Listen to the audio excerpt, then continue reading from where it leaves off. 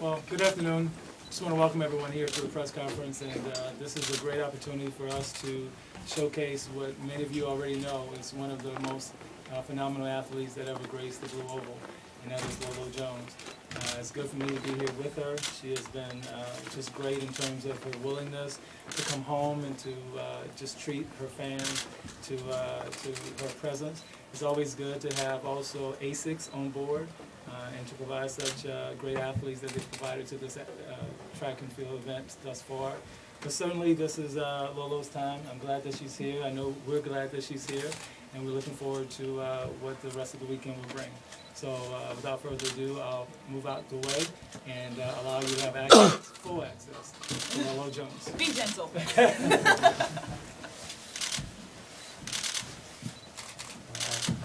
No, I'll speak at once. Oh, are we opening or you're opening? I don't know. Like, I'm just waiting for you to question, I guess. Well, everybody wants to know what's happening with you this weekend. Are you going to be competing? Do you have any idea yet what your status is? You know, I always come to Drake to compete, and you know, I'm just looking forward to. You know, Drake Relays means so much to me. I have my dad driving in from Britt, Iowa, so just really looking forward to having that first race. You know, back after so much has gone on. So, you know, with my coach, we've been talking about, Drake Relays for months now, and it's always been, let's see how the weather is, let's see how you're feeling, make a decision the day of. But the goal is always to come back and run. I mean, it's a great atmosphere to run in. It's a really good track to get a first race in, just because the crowd gives you that extra adrenaline that you normally wouldn't have in the U.S. So, just really looking forward to running. Lolo, you're coming off an injury. Talk about that injury you suffered earlier in the year, what the nature of the injury was, and how what your physical status is right now. Mm-hmm. I had just a small hiccup. The hamstring is, typical injury for track athletes. So I just, recovering from that, and yeah, I'm 100%. Legs have been tested.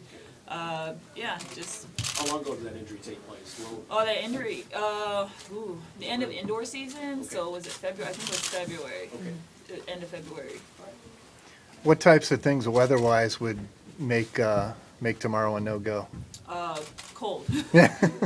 Cold is not good for hamstrings, so yeah, cold, rain, like cold rain mixture, obviously, so. I wish I could control the weather, but I can't. So I don't know. I'll just focus on what I can control, and that's just going out there, warming up and communication with my coach. He's the one that has all the pressure, But yeah. What's the definition of cold? Because you're from Iowa. I know. Come on, I knew you was gonna throw me this question. I'm from Iowa, but yes, I'm not Rocky, and I'm not trying to run in the snow, and right. And I actually have lived a life of luxury now, and training in Louisiana, it's 110 degrees, so but you've seen me run here. I've run in conditions that were almost snow, and you saw what happened, and I was injured and I was out for the rest of the year.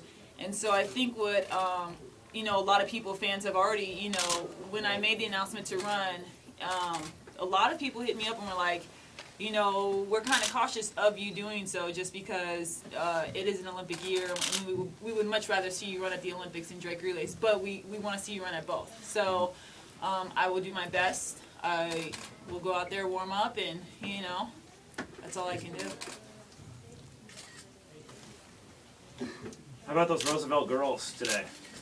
I missed actually another interview. I'm sorry. They won pretty much everything they tried. I think maybe everything they tried. So how fun is it to see them? Well, I heard about them breaking records, and I think my record that I had is now vanished from, like, they broke it last year or something. So I love it to see Roosevelt obviously having great success on the track. I mean, what alumni wouldn't?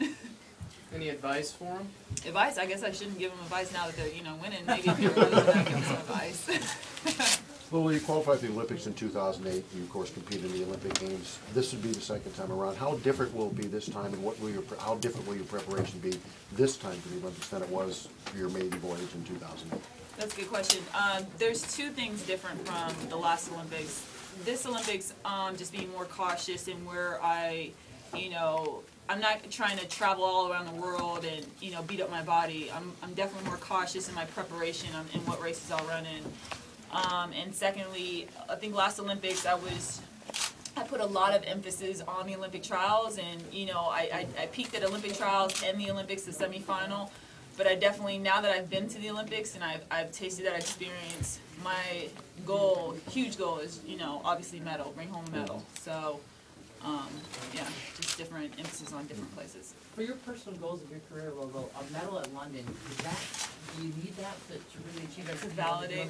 Stage, Yeah, I think, well, I wouldn't say to validate my career to have an Olympic medal, but I mean, as a track and field athlete, that's our goal. I mean, there's not a higher goal than having an Olympic medal. So, you know, I have world indoor medals, I have U.S.